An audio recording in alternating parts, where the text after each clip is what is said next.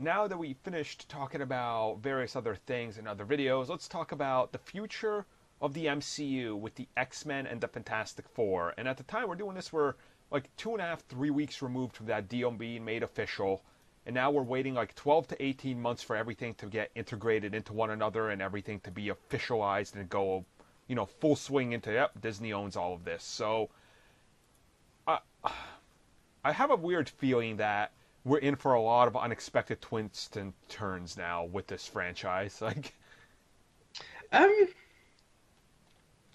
I don't know, because I don't know what they're doing, or even what their idea is. But them going, oh, we're going more cosmic, and it's like, well, the Fantastic Four fit right into that, so that's fine. mm-hmm. But the X-Men, yes, they go into space, and you have the Starjammers. Or if you're Fox, you go to the edge of the atmosphere, and you call it cosmic. That's apparently a thing. Apart from that, I have no idea what they're going to do. So the way I look at it is just looking at all the characters they're gaining, right? You no doubt are now going to include the Watchers probably a little bit more in something. There's no way you don't do a Silver Surfer movie. Like, oh no, that's definitely happening. that has got to happen. Galactus is probably, I would say, a decade, if not 15 years out. Like, Galactus is going to be a long play character. Like, it's... I think Galactus has to be the next big thing. Uh-huh.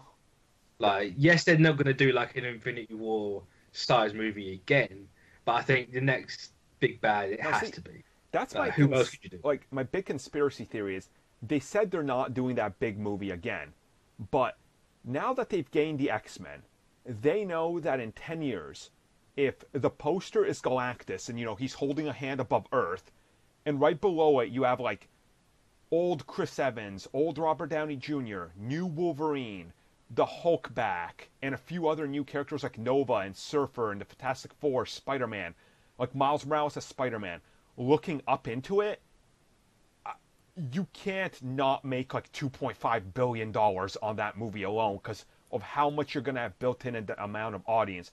Honestly, I really feel like once Avengers 4 is done, now that they have all of these other franchises, they're going to look at it and be like, we need to figure out how to bring all these actors back in a decade or so, or at least like half of them, because I was just thinking, like, I'm surprised you even entertained the idea of an old like RDJ and Chris Evans. I don't see why not, honestly. Like, no, they said that Infinity War and Avengers 4 is like a closing chapter for some characters. Yeah. And it's like, I think it's clearly those two, but I don't know. I mean, they could change. They've got like a year and a half to reshoot Avengers 4 a little bit. So true, and I mean, in my heart, I fully want them to stick with that. But the other side of my heart is saying you cannot pass up the opportunity of having all the X-Men standing with the core Avengers. Like that, it just seems. I was to say, like, it's it's the one thing people have wanted for the last 10 years is Wolverine with Captain America. Yep. And it's like you have to do it. Like, I think Wolverine's going to be the first one they make. I think that's pretty fucking obvious. The first movie you will get is Wolverine. Whether they do it like a Captain America movie, which I think could work. If you take the 1610 route and have him be the first mutant, you spread it from that direction. I think you could do it like maybe retcon that they knew each other in the war, and then you can bring it forward. Yep. In some way or form. That's my idea anyway. Yeah. And then do an X-Men movie, but. I don't know. I think it just doesn't seem like. Just imagine how much they just gained, and before they never thought they would have these characters. So of course they're writing a bookend. But now that you have them, you're like probably going back to them, going, well, what do we do now? Because people want it.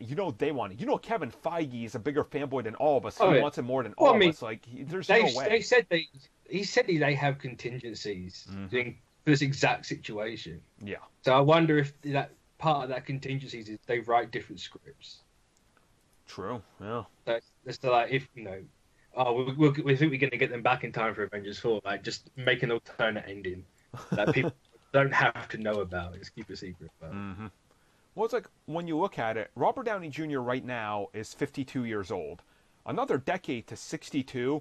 With how actors are staying in shape now and how much makeup has come along, like you look at Kurt Russell in Guardians 2. Guardians, Honestly, I feel like they're gonna just come back to them in a couple years, be like, "Hey guys, we need you." Because don't get me wrong, as much as I would love to see Sam Wilson Captain America or Bucky Barnes Cap alongside the X-Men, it doesn't do it as much justice because it's not Chris Evans as Steve Rogers. I mean, you can kind of sideline. Like Iron Man, you could just bring back Shield and have him be the director of it, and do it that way. You could do that with Cap, or you could do the whole presidential thing with Cap and have it that way. Oh man! So you have Tony leading Shield and Cap being the president. That's a bit of a monopoly on power, but. Man, whatevs. I mean, I'd watch it. It could perfectly lead into a Secret Empire movie. Yeah. Exactly. God, imagine the outrage on that one. Oh man. I don't know. I think they're gonna want to do it. Obviously, you're gonna want to do it. I just don't know if they will. How much does Robert Downey Jr. take from these movies? $50 million a pop. That's crazy. Yeah. And no doubt he's got a bit of the profit as well. Oh, yeah, of course. So, would they want to pay him for that? What do they think because it's been hinted at strongly before by Kevin Feige. They're like, well, we see this character like a James Bond. It's like, do they dare recast? Like... I mean, that's kind of what they're hinting at, surely. It's like, it doesn't matter who's playing. But then at the same time... I don't know if I believe that, because they could have recast Robert Downey Jr. by now and saved a ton of money. Like, why was there that whole thing about the contracts a couple of years back? It's like, well, if you really thought it was James Bond, you could have done it there and there. Yep. No, that might just be negotiation in the publics again. But... Yeah. There's a lot out there. I think it's going to be interesting. And when you think of, like, how many actors they could bring back and what the logistics behind it are and if they recast everything. You also got to consider, right now, whatever was the set phase 4 and 5 or whatever the phases were going to be, it's completely different. It's like, I guarantee you Kevin Feige was dancing around like naked like around a notebook just writing down crazy ideas like on Christmas Eve, He's just sticking franchise names on the wall naked while dancing. That's pretty much what I'm picturing, because like there's so much, and I bet you he's looking at like the obscure stuff. He's like, ooh, we're gonna do like an Annihilation Fantastic Four crossover, and we're gonna do a Kang the Conqueror, and like it didn't hit me up until a couple of weeks ago. Like just like one night I'm sitting there and like I'm talking to my wife and she goes, what do you most want to see from the X-Men? And I'm sitting there, I was like, well, I want to see like maybe some time travel. And then I stopped for a second and I was like, holy shit, we're gonna get Apocalypse. Like, yeah, and he's gonna be done in all his glory and properly. Just the thought of that makes me so excited. I mean, you're gonna get everything, really. Like, True. Like, you'll get the Phoenix as actually a Phoenix, not just my brain power. Yeah. Fuck that movie. Yeah. No, there's just so much. I don't like. There's too much now that they can do. Before you can kind of figure out where they're going to go with it. Now I just don't know. Yeah. No. Outside of X-Men and Fantastic Four being the general direction, I don't know. There's too much. Here's also the thing, and I think people are getting a little worried. They're like, well, you're only going to get like 3 movies a year, so it's going to be like 5 years between franchises now. I'm like, guys, look at Spider-Man. Fox is still going to exist, and it's going to be those guys that are doing the movies, just like Spidey, although they're just owned by Disney. Like, all those lots and stuff are still sticking around. Disney's not getting rid of them. They're still going to have plenty of infrastructure and money to produce all these movies. Realistically, by 2022, you're probably looking at 5 to 6 MCU movies a year that are all between 3 different studios sharing them. Yeah. So all under the same. Unless they do a Marvel Knights thing, which they could do. Exactly. Like you're gonna literally be getting like I don't know. Hypothetically, you're getting Fantastic Four. Let's say you're getting a Spider-Man sequel. You're getting like new Avengers. You're getting a Black Panther 2. A Doctor Strange 2, a Deadpool 3, and like a Wolverine standalone.